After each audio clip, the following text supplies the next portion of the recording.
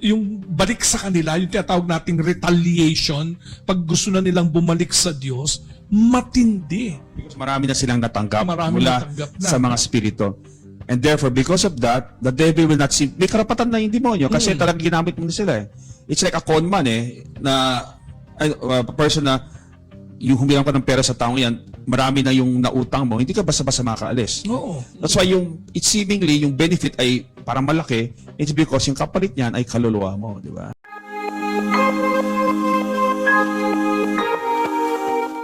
That's why the demons will give you, di ba yan yung temptation kay Jesus, di ba?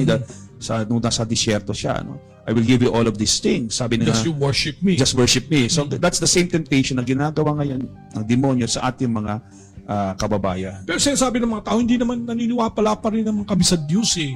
Pero, yung naniniwala sa Diyos, pero you don't trust Him.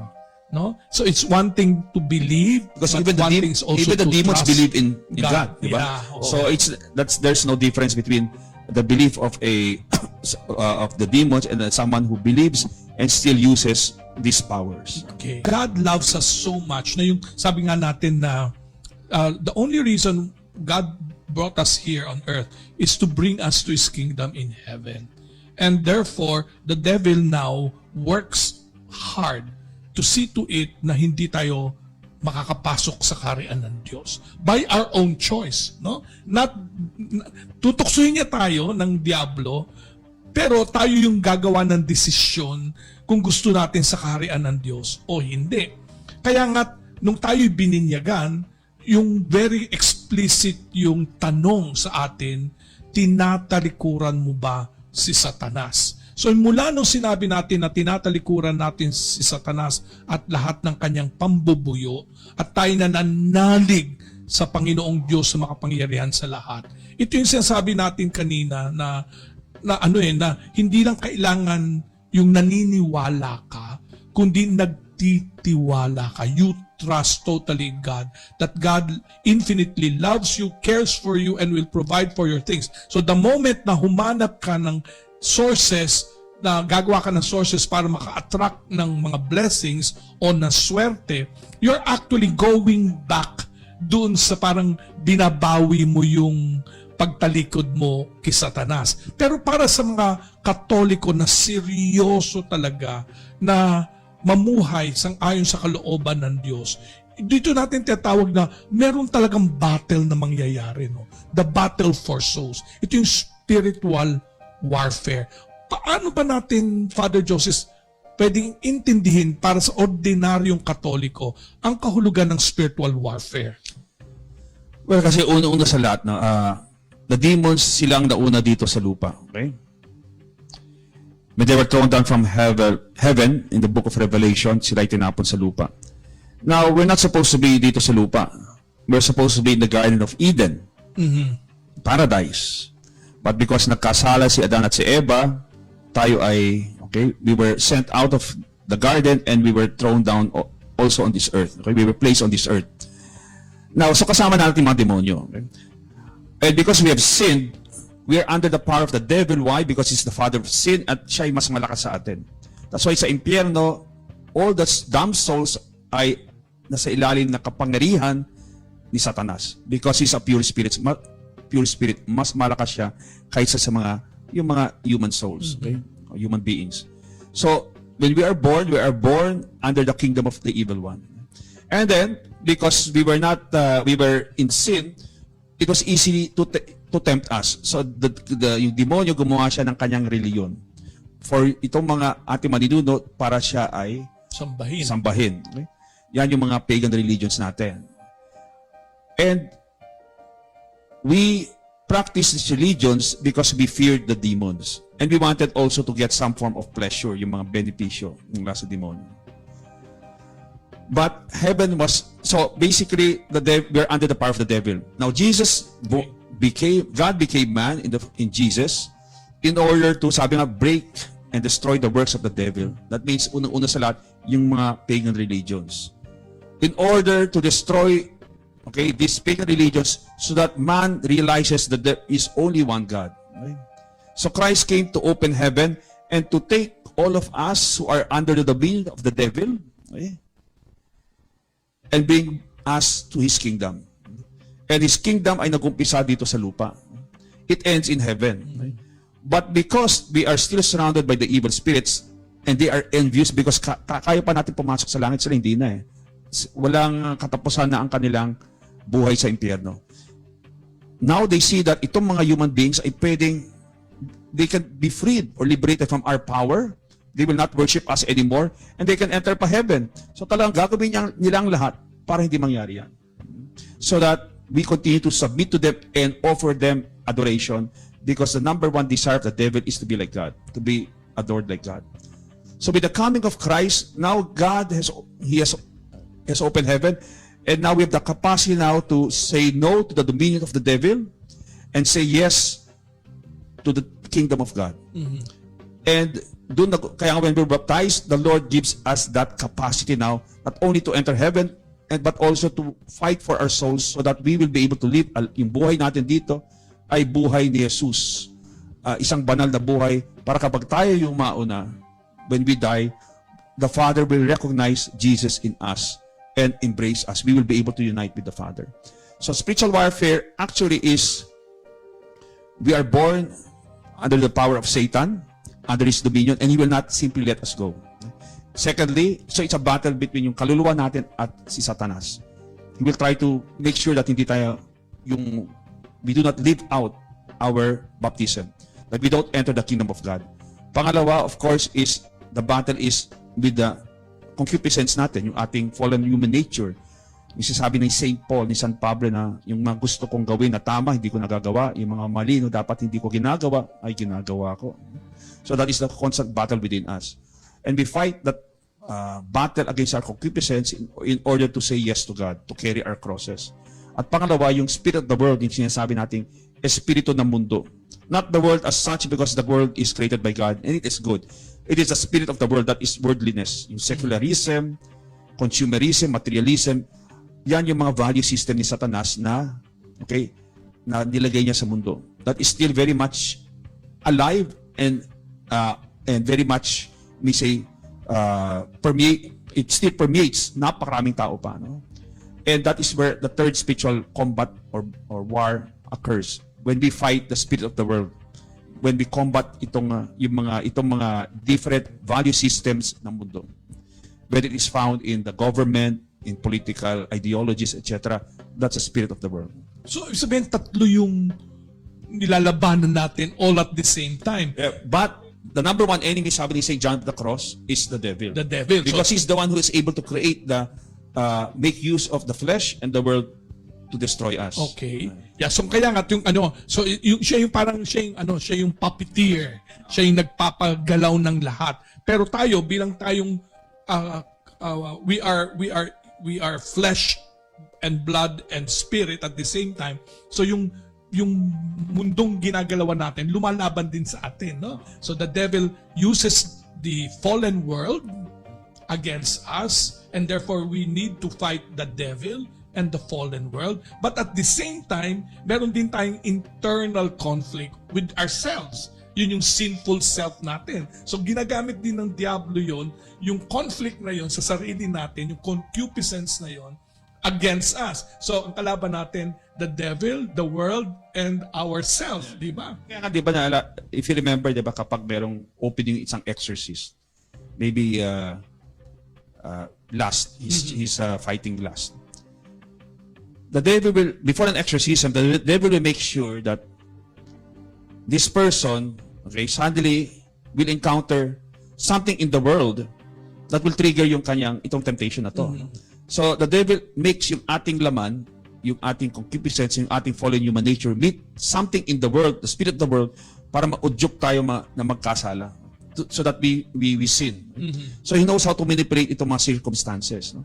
That's why, di ba, sabi nga natin we always prepare ourselves, because if we're not prepared, the devil knows how to trigger our concupiscence in order to make us ineffective. That's why nga, yung tinatawag nating asceticism. Yeah. How we discipline yung ating laman so that it will not simply be easily tempted para maudyok kagad ang demonyo na napakadali.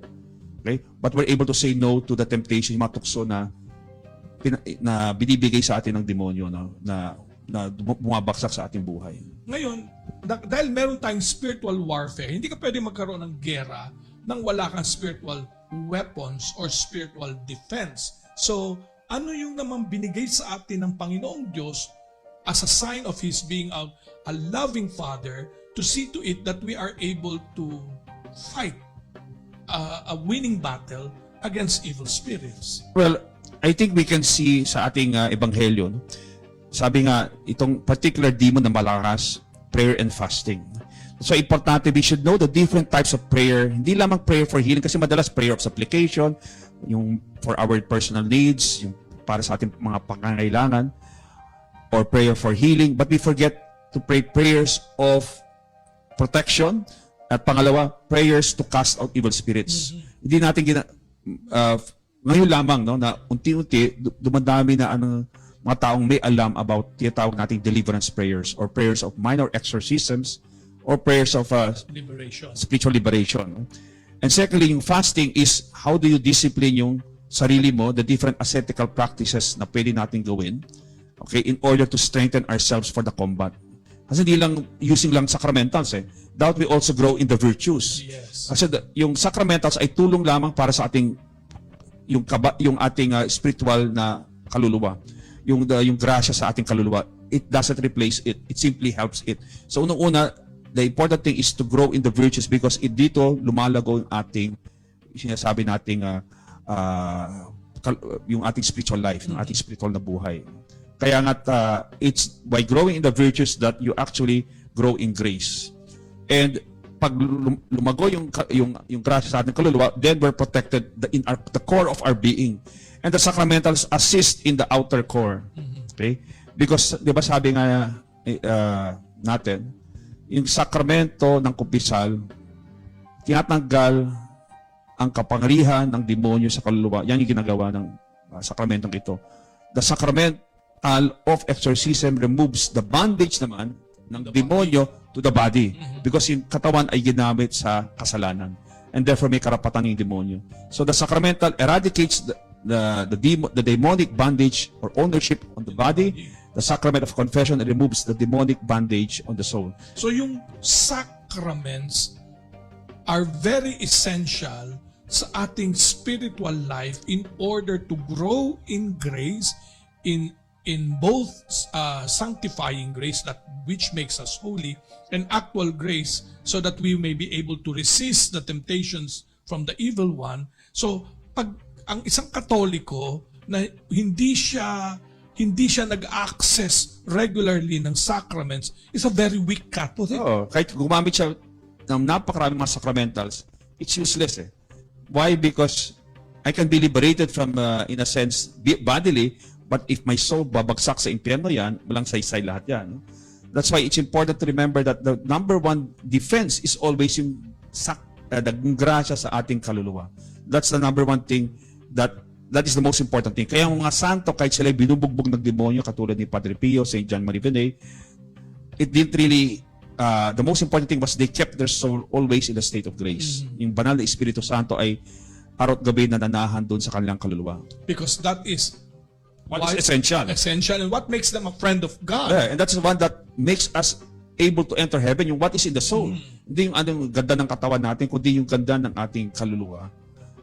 Siya mismo ang nagiging susi para makapasok ang isang tao sa langit. So we aspire to be truly pleasing to the Lord, and that is done by being in the state of grace and growing in the virtues. growing Because in the virtues. yung grasya ay lumalago at umuunlad yan when you practice the virtues. Diba? And of course, sabi nga ni Jesus, prayer and fasting, and then prayer. Because prayer is the one that basically unites us with the power of God. It's the moment when that is the one that unites us totally with the divine power. Yun ang ating yun ang ating communication. Because hindi naman tayo ang lumalaban sa demonyo, it's Jesus na nasa atin, ang lumalaban sa demonyo. Okay. Ngayon po, ang pag-uusapan naman natin ay ang ating communion of saints. Napakaganda po kasi ito. Ito yung isang area ng ating buhay na bilang mga Kristiyano, bilang mga Katoliko, na nakakalimutan natin at we are never alone in our battles on earth. That the saints in heaven and the holy angels of God not only assist us but cheer for us, no? Cheer for us kasi sa ministry namin ni Father Joseph at ng mga exorcists, yung tulong ng mga santo very very visible sa amin in the sense na when we ask for their help to help us, lalong-lalo na pag nahihirapan kami, talagang tumutulong talaga sila. Tumutulong sila sa amin. Sa akin, on a personal note, pag tinatawag ko halimbawa, si Blessed Carlo Acutis, talagang tumutulong siya, lalong-lalo na pag ang dinadasalan namin ay ang mga afflicted ay mga teenagers or young adults. Yan ang mga kaya yung commune of the saints ay very important for us. But also in saying na kailangan din lagi tayong sa Diyos, we should never forget that we are always in the presence of Almighty God. Kami ay mga instruments lang para sa mag-minister sa mga tao. But the real reason is to bring these people back to God and to recognize how much God loves them. Father Joseph, nung August nagkaroon tayo ng conference, di ba? Na 6th conference ng Philippine Association of Catholic Exorcists. At naging guest speaker natin si Monsignor Stephen Rossetti, ang Chief Exorcist ng Archdiocese of Washington, D.C. At meron siyang iniwan sa atin na 4 na essential elements para sa ating spiritual warfare, no? Na hindi natin kailangan makalimutan. Yung unang-una, Jesus, I trust in you. Lagi nating sasabihin yon, Jesus, I trust in you. Pangalawa, stay in the boat. Ibig sabihin, stay in the boat of the Catholic Church. Dapat very important yan, no? Don't be looking for so many yung mga all of this kababalaghan or everything or sensational things. Always remember to be obedient to the teachings of the church. And the means by which the church has and given use the to means us. only given to us by God through the church. Yes. And then Jesus, I love you. So lagi mo kailangan sasabihin yun, Jesus, I love you. At yung isa pang kailangan natin na sabihin Jesus, I believe in you. No? Kailangan laging nandun yun yung moment na yon na kailangan natin uulit-ulitin. Kasi yung conference na yun, si Monsignor Rossetti, laging sasabihin pag may question, i-reduce niya Pag meron kang ginagawang bagay, is that in the church? No. So stay on the boat. Stay always in the boat. So kasi in the end times, alam natin that the devil will also have his own signs and wonders. Right? And even the elect, sabi nga, some will be fooled because hindi sila di-discern or hindi sila obedient sa ating simbahan. No? So the most important thing to remain always in the state of the grace, under the grace of God, is always to make sure that you're obedient to His church. Pag obedient ka, then you're protected because God protects those who are within the fold of His church. Kasi once you start to disobey, lumalabas ka na sa kalooban ng Diyos. And then you fall into all of these diabolical spirits. Right? So very, very important yung obedience sa ating simbahan. Father Joseph, ikaw sa ministry mo bilang exorcist, kaninong saint ka nagkaroon ng devotion talaga? Yung parang hindi ka ganun dati na devoted dito sa saint na to, pero nung naging exorcist ka, talagang yung devotion mo tumindi. Well, of course, una si Mama Mary. Si Mama Mary, of course. Siyempre, lahat tayong exorcist kasi Mama's boy. Kasi kaya there is no exorcist na hindi rin Marian. And all exorcists will say that because talaga yung pinakamagrabe mga kaso, when you call upon her, immediately you see reactions and talagang natatapos yung kaso. Alam mo nga isang batang pare na lumapit sa akin from the Diocese of Antipolo. Isa naman an exorcist but he used to be my student. Sabi niya, Father, tumutulong ako sa isang exorcism and napakahirap. So yung ginawa ko was that I was holding the demoniac at I just prayed with my mind, Mama Mary, tulungan niyo po kami. And immediately yung demoniac tumingin sa kanya at sinabi, don't pray to that woman. So nagulat siya. And then afterwards, umalis bigla yung demonyo. And then kasi I told them, kasi the devil does not read your mind. Yeah. So paano nalaman ng demonyo that you were praying to Mama Mary? So yan tanong sa akin. So what I said was, it was because you were praying, Mama Mary immediately in presensya niya ay biglang naramdaman ng demonyo. And so, inisip niya, may nagdadasal dito. At tumingin siya, nakita na, siguro nakapikit ka. And because of that, he knew that what you were doing. So, nagulat nga siya kasi, Father, napakabilis. Agad-agad dumating si Mama Mary nung tinawag namin siya. Nung tinawag ko siya, using only my mind. And this has happened to so many exorcists.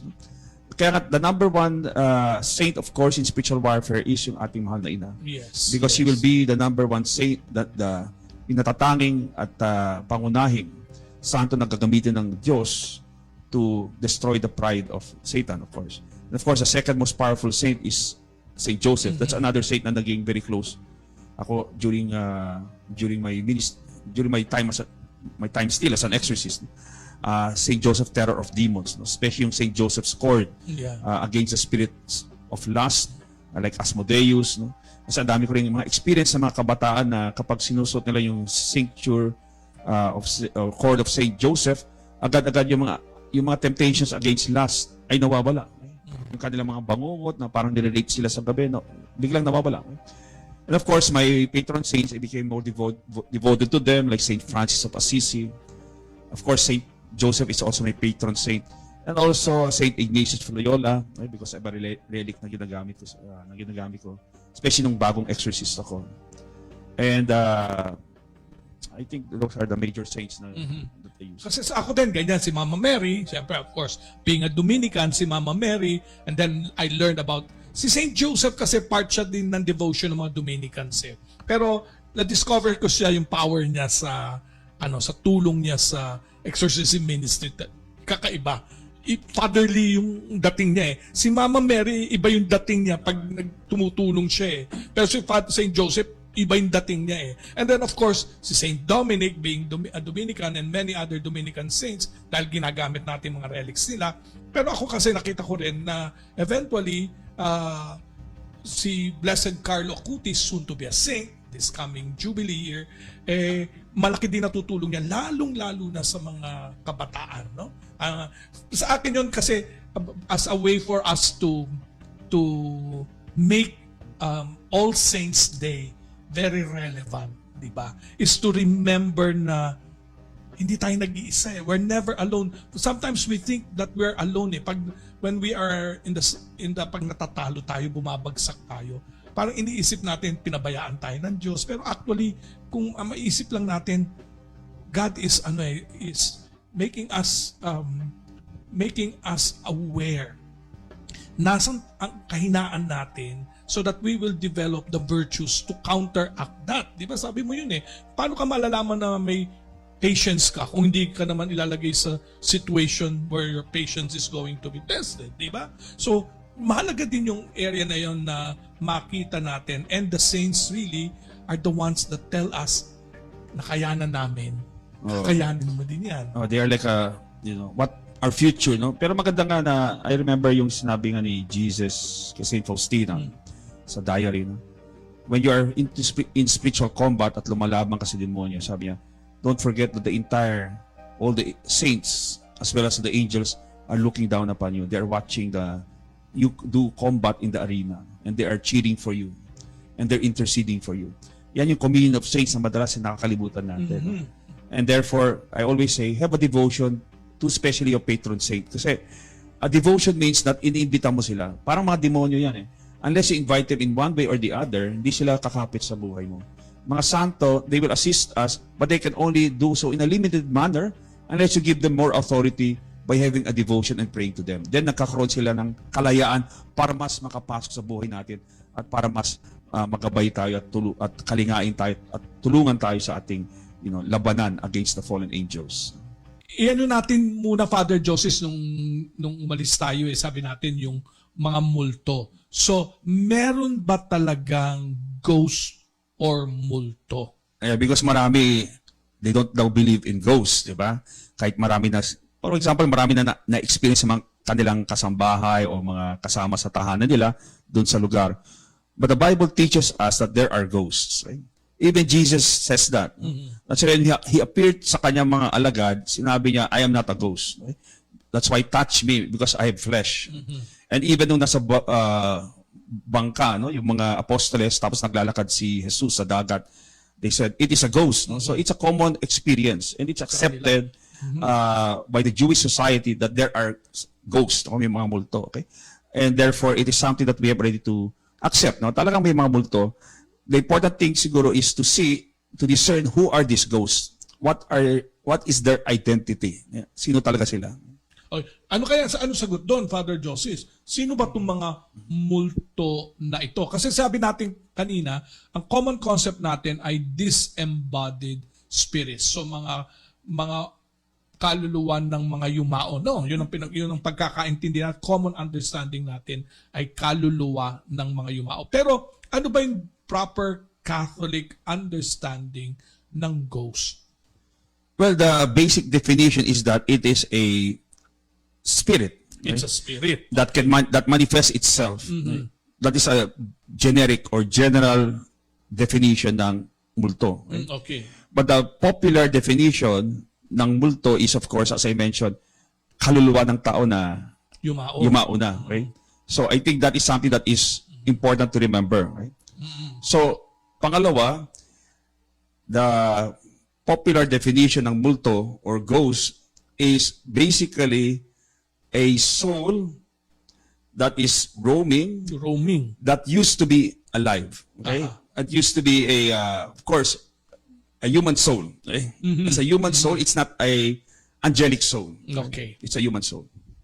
Pero, maganda yun eh. Kasi karamihan ng mga Pilipino naniniwala na ang mga kaluluwa, kasi meron tayong tinatawag na parang practice ng 9 days pagkatapos mamatay, 40 days. At sabi nila, narinig ko lang yun you can confirm this, Father Joseph, kung tama, na may 40 days pa na pwede silang mag-roam around the earth. Ika nga. So, yung 40 days na yon, tama ba itong pananaw na ito? Well, hindi totoo yun. Actually, yung 40 days are simply symbols. Okay? We find them in the Bible, yung 40 days, very important yung the word 14. Kaya nga, importante that you have to understand, these are simply, we may say, symbols in the Bible that we have interpreted in a way by which you apply it to yung mga taong yumao na, no? And then think that they are roaming around this earth within 40 days, no? Because that's what happened to Jesus, no? When he resurrected from the dead, then he was with his apostles, nagpakita siya, etc. before he ascended to the Father. 40 days yun, di ba? Oo. So, that's where it comes from. But it doesn't mean that the soul is roaming around. Right? For 40 days. For 40 days. That's not true because of the particular judgment. Na doon na yung kaluluwa with our, wherever he should be after the judgment already. Okay. Kasi mga kaluluwa din, wala nang sense of time. Hindi na sila bound by what we understand as chronological time. Days, weeks, months, hours, years. No, hindi na sila doon kasi wala na silang body wala silang katawan, no? Katawang lupa ika nga. Pero mahalaga pa rin yung sinasabi mo, Father Joseph, na yung particular judgment, kaya walang wandering soul o parang umiikot na kaluluwa kasi sila ay hinusgahan na. Punta ng langit, punta ng purgatorio, or pupunta ng impyerno. Pero kanina, napag-usapan natin na lahat tayo, pag pumanaw, pag ginudge na, hindi lahat sa atin ay didiretsyon ng langit. Kasi parang sabi nga ng Gospels only the pure of heart shall see God, di ba? So sino sa atin ang makapagsasabi na tayo ay pure of heart, na we merit or we are entitled immediately to go to the kingdom of God, to heaven? So medyo questionable yon na bigla tayong hindi diretso. Kaya mas tenable na talagang may purification. No? Sa Catholic faith, sinasabi natin na kailangan yung moment na yun na ma-purify tayo kasi yung pagmamahal natin sa Diyos ay kailangan maging matinding para tayo makapasok ng kaharian niya. Pero bigla mong sinabi sa akin na sabi mo na may mga saints na nagsasabi na mas maraming kaluluwang nawawala. Yung they are lost forever, damned, they go to hell. Ano yung paki-explain ngayon, Father Joseph? Sabi ni St. Augustine, no? Of course, this is something na medyo shocking, no? Nakaka-alarma. At sabi rin ni St. Thomas Aquinas yun, no? That more souls, mas maraming kaluluwa ang bumabagsak sa impyerno kaysa pumapasok sa langit. And of course, there's a biblical basis doon, no? Because may nagtanong kay Jesus, will many be saved? At klarong-klaro sinabi ni Jesus, no? Strive to pass through the narrow gate because many will not be able to enter it. And therefore, even yung mga experience of marami mga kwento yung mga santo, no? If you read the lives of the saints, pag binasa mo sila, no? At makikita mo talaga that the justice of God is really napakatindi, no? And you see how He really hates sin. And kahit isang yung tinge of sin, talagang He hates it because it is an abomination because He is talagang infinitely pure. Okay? He is infinitely holy. So nothing impure can unite with God. And therefore, imagine nyo, kaya nga yung purgatory, mukhang talagang it is something intense, yung pinupurga, talagang yung purgation doon ay talagang matindi, it is because to be able to unite with infinite purity, gaano kalinis dapat tayo, no? Gaano kalinis dapat yung kaluluwa ng isang tao, no?